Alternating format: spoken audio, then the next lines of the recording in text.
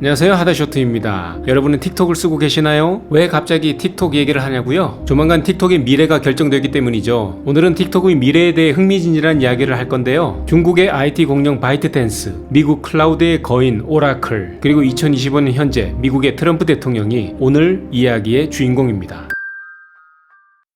여러분은 최근 뉴스에서 틱톡이 미국에서 퇴출될 수 있다는 기사 보셨나요? 그 뒤에는 미국 정부와 중국 사이에 치열한 데이터 전쟁이 숨어 있습니다. 도대체 무슨 일이 벌어지고 있는 걸까요? 틱톡은 왜 금지될 위기에 처했는지, 오라클은 왜 다시 등장했는지, 그리고 트럼프 대통령은 왜 미국이 절반만 먹자고 했는지 오늘 함께 살펴보시죠.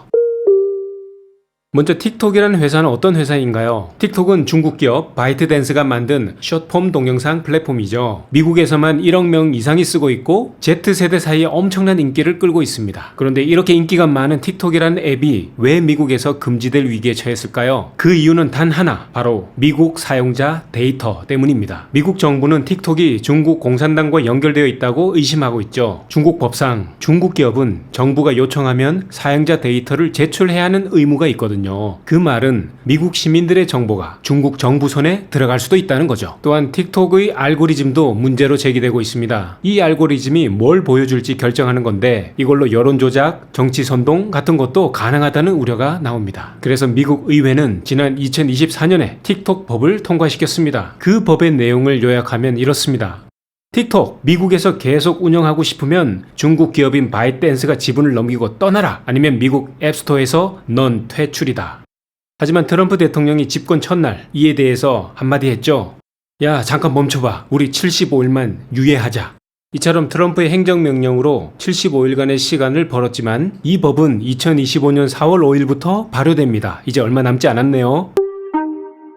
그러면 틱톡은 그냥 퇴출일까요? 아니면 틱톡을 사들일 수 있는 후보가 있습니까? 트럼프 대통령은 틱톡을 사들일 후보가 4명쯤 있다 하고 말했지만 구체적인 이름은 밝히지 않았습니다. 하지만 언론은 몇몇 이름을 보도했답니다. 첫 번째 후보는 마이크로소프트. 사실 MS는 지난 2020년에도 인수를 시도한 적이 있습니다. 두 번째 후보는 AI 기업인 퍼플렉서티. 요즘 주목받는 신흥 기업이죠. 세 번째 후보는 억만장자 연합 투자자들. 예를 들면 제프 야스가 이끄는 서스퀘어나 그룹이 있습니다. 네 번째 후보는 미국 정부 자체이고요. 다섯 번째 후보는 오라클입니다. 바로 이 오라클이 가장 유력한 후보로 다시 떠오르고 있습니다.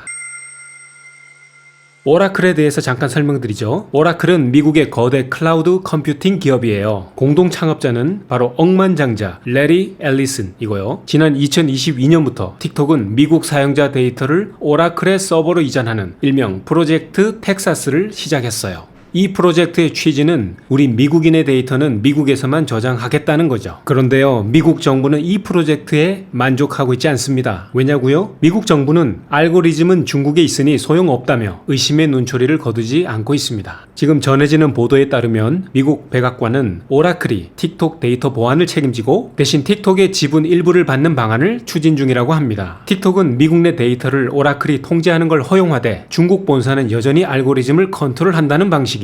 이 문제는 단순한 사업 이야기가 아닙니다. 이건 미중 외교의 격돌이자 정보 전쟁이에요. 샤크 탱크로 유명한 케빈 오리어리는 이렇게 말했죠. 중요한 건 내가 원하는 게 아니고 레리 앨리슨이 원하는 것도 아니야. 지금 중요한 건 시진핑과 트럼프 사이의 내러티브야. 참고로 샤크 탱크에 대해서 간단히 설명드리면 미국 ABC의 리얼리티 프로그램으로 벤처기업 사장부터 스타트업 사업자까지 다양한 개인 사업자들이 자수성가한 백만장자들인 투자자들 앞에서 자신의 사업을 설명하고 투자를 얻어내는 형태의 프로그램입니다. 케빈 오리어리는 유명한 고정 패널 중 한 명이죠. 자, 다시 돌아가서요. 결국 중국이 틱톡을 팔 의사가 있는가? 중국 정부는 바이트댄스에 절대 알고리즘을 팔지 말라고 합니다. 그리고 미국도 알고리즘 없이는 인수를 못한다고 하고요. 완전한 딜레마이죠.